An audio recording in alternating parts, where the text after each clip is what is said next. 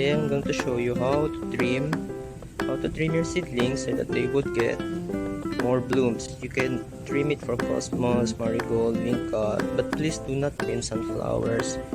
Please research first before you can trim your plants, because if you cut them and they won't regrow any stems, they could die.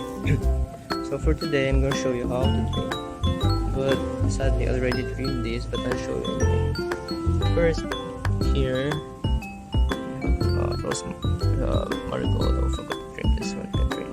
So you can see there's a new growth. Just pinch.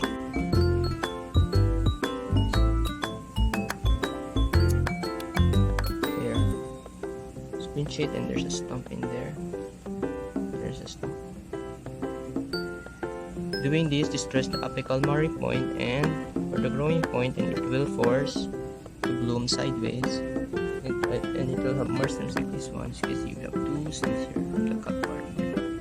One, this French marigold, by the way, you can do it for zinnias and I had great results. Zinnia or basil, you can do it for zinnias. As you see, I have done it and I have multiple stems already. These are steels.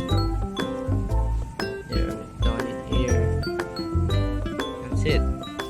Only please cut the growing point. Do not cut much of the plant because trimming them gives them stress. Instead, you just have to continue caring it for daily and it will sprout new leaves.